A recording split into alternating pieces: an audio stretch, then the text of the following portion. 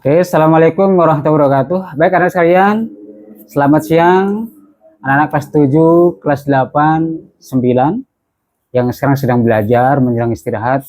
Mudah-mudahan hari ini anak-anak kelas 7, 8, 9, terutama SMP 1 Cikarang Utara dan seluruh siswa yang ada di Indonesia, wah keren. Mudah-mudahan dalam keadaan sehat walafiat, semangat tentunya untuk belajar. Ingat, tugas kalian adalah belajar. Oke saudara, anak-anakku dan rekan-rekan guru SMP 1 Cikarang Utara.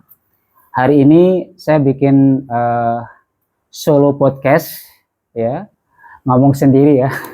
Biasanya ditemani oleh anak-anak yang berprestasi, tapi sekarang ini Bapak sedang berbicara sendiri atau solo podcast yang akan mengangkat tema seputar demonstrasi yang akhir-akhir ini sering terjadi. Baik anak-anakku sekalian, kelas 7, 8, 9 dan Dewan Guru, rekan-rekan yang ada di SMP 1 sekarang, dan seluruh siswa dan guru-guru yang ada di Indonesia. Oke, ntar di-share ya. Jadi kenapa saya mengangkat tema demonstrasi? Ini penting sekali.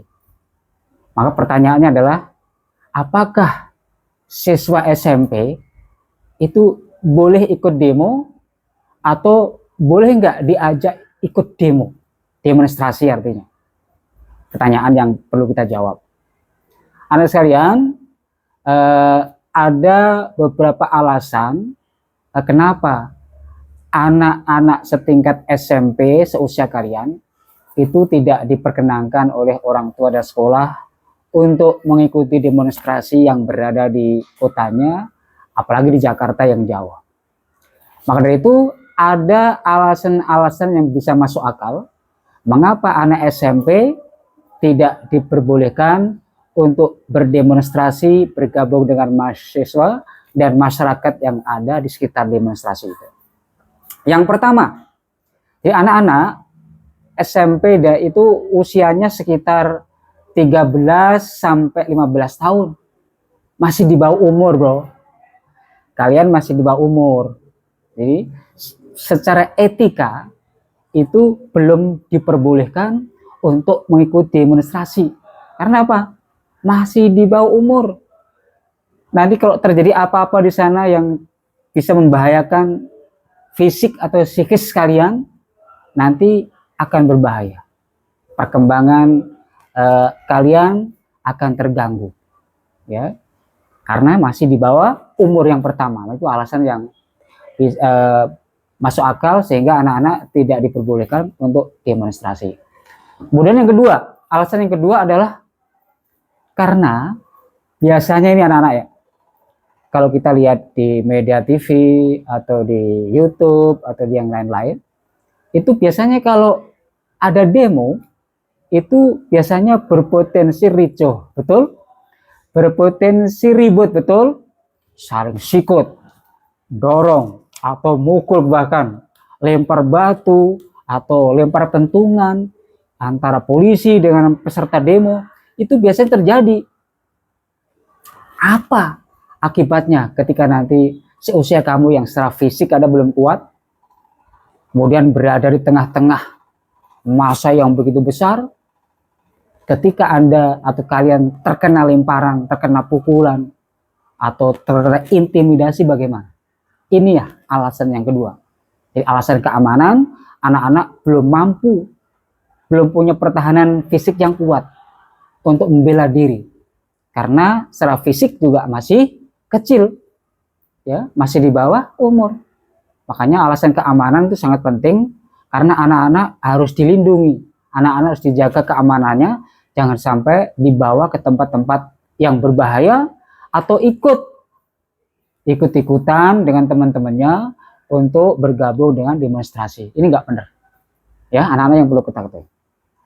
Kemudian yang ketiga, alasan kenapa anak-anak SMP tidak boleh ikut berdemonstrasi di kabupatennya atau di Jakarta, bahkan yang lebih jauh lagi, karena yang berdasarkan Undang-Undang Perlindungan Anak nomor 35 tahun 2014, apa ya? Jadi anak-anak harus dilindungi, harus mendapat perlindungan secara fisik dan psikisnya. Tidak boleh dibawa ke tempat-tempat yang berbahaya.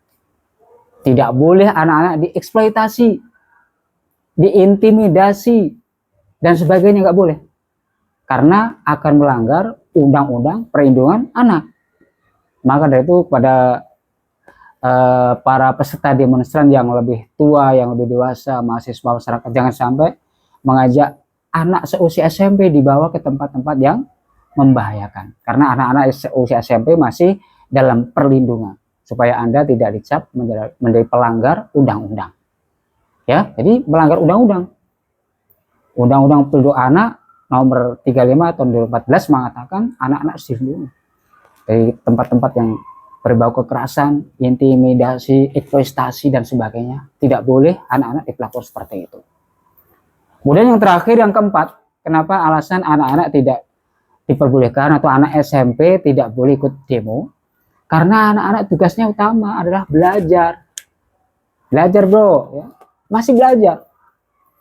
Nanti kalau mau demo, setelah mahasiswa, dewasa, tua, ya. Sekarang belajar.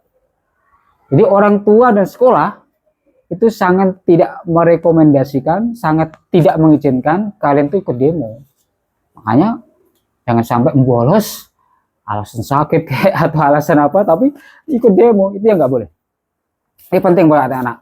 Kalau nanti anak-anak mudah-mudahan dapat sharean apa bahkan video ini di-share ke HP-nya masing-masing supaya diperdengarkan anak-anak. Jadi tolong pada OSIS atau wali kelas, setelah kita upload ke YouTube, kita bagikan ke anak-anak supaya anak-anak waspada, jangan sampai ikut demo. Ini kebetulan yang ngomong guru BK, gurunya sendiri, bro, bukan dari YouTube orang lain. Ya, jadi seperti itu. Jadi anak-anak tolong dipahami, mohon pengertiannya, jangan sampai anak-anak ikut-ikutan demo. Yang pertama alasannya karena anak-anak masih di bawah umur.